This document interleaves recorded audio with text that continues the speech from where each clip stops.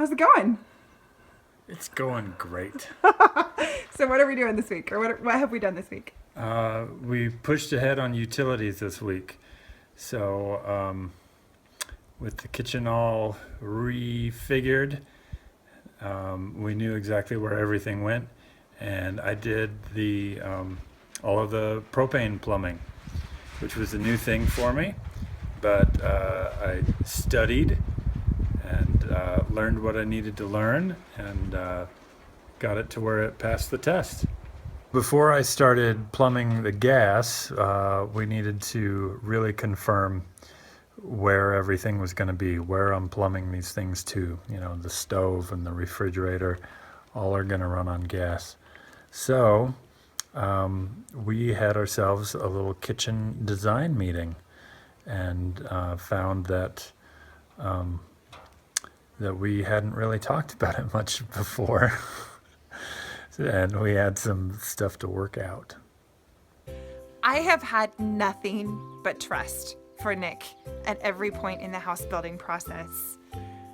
But when he described to me how he had set up the kitchen, my throat just constricted. I thought, I can't, that isn't gonna work.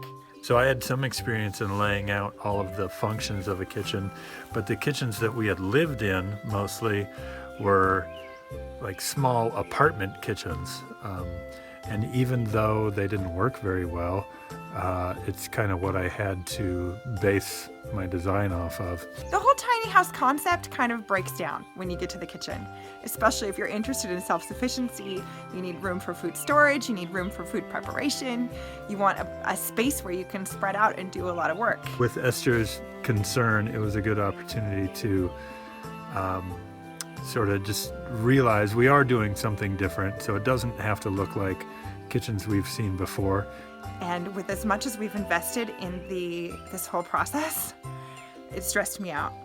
No amount of sketching on paper or drawing on the computer was really going to sell her on any particular idea, so it was full-scale model time.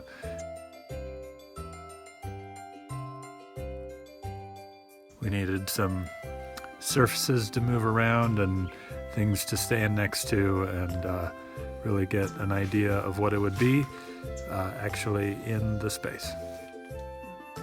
It's going to be oversized because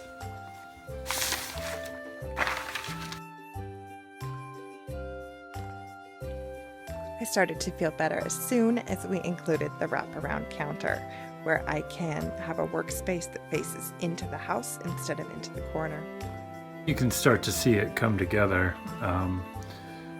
You can imagine standing at the stove and making breakfast, and kids are over there at the table, and that's what that's going to be like, and it's just starting to feel more like the home we wanted. Do you think we're going to have it in time for winter? Yes.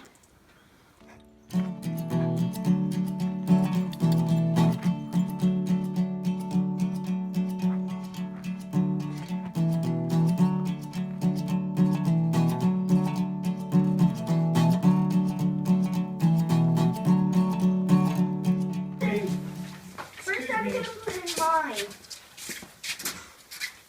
Mine is gonna go right here. Milo's. Yeah. We can tape it down here.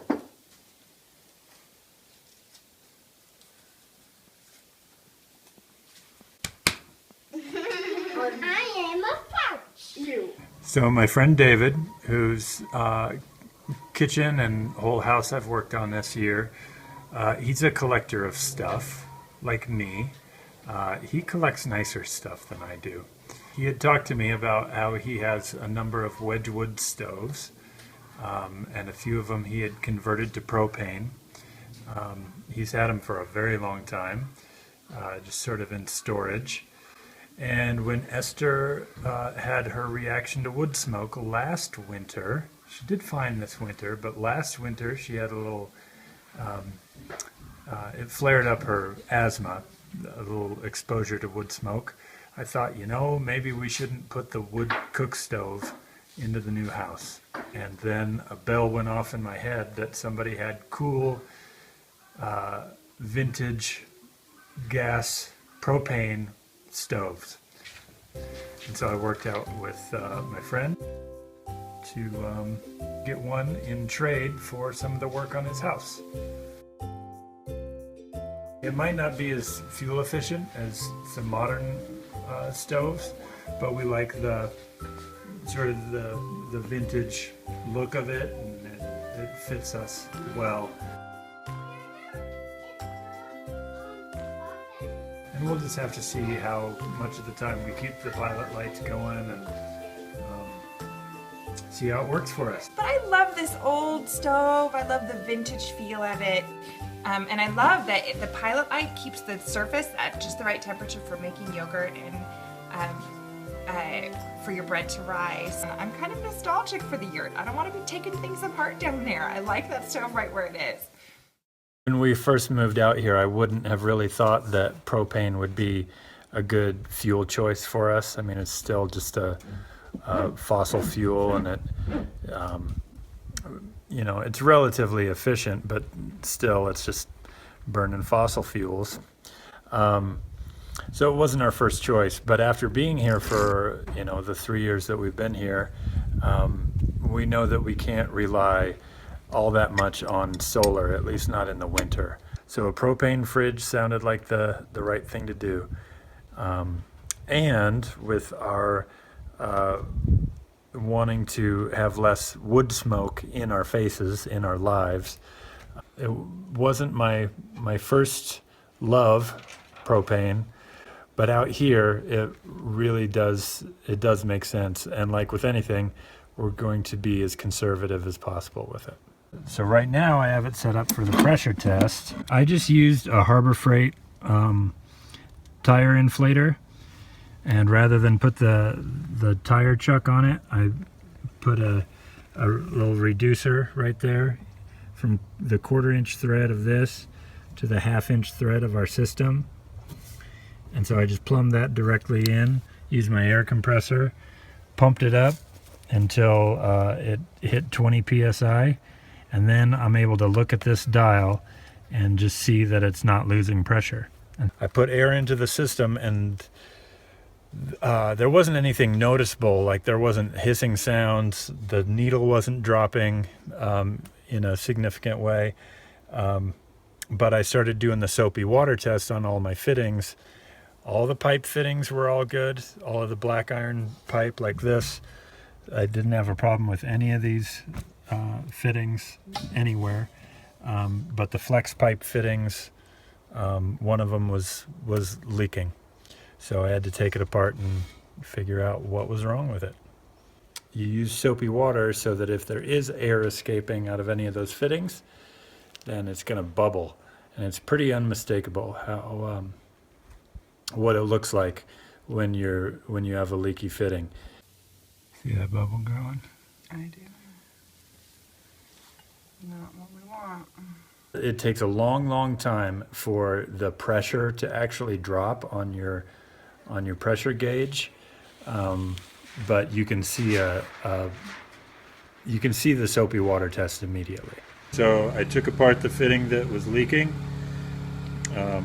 This is what a new fitting looks like, and you put this little compression ring around the corrugation of the tube, and you squeeze it down around the tube, and then the flange nut pushes the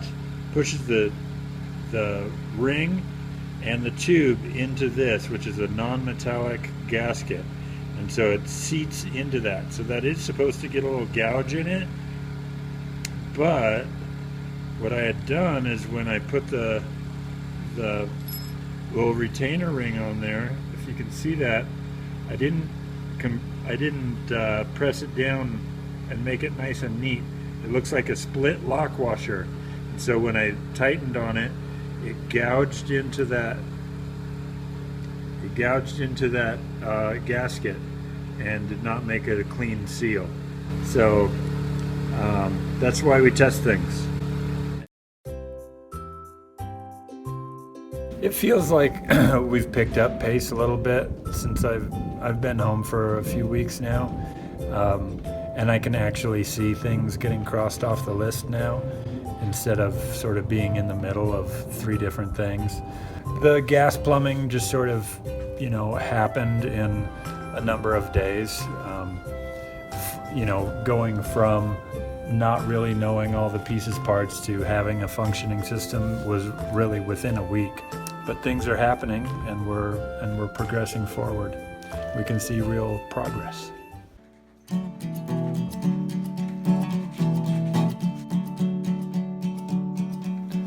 I'm Nick from Fouch Off Grid. Thanks for watching.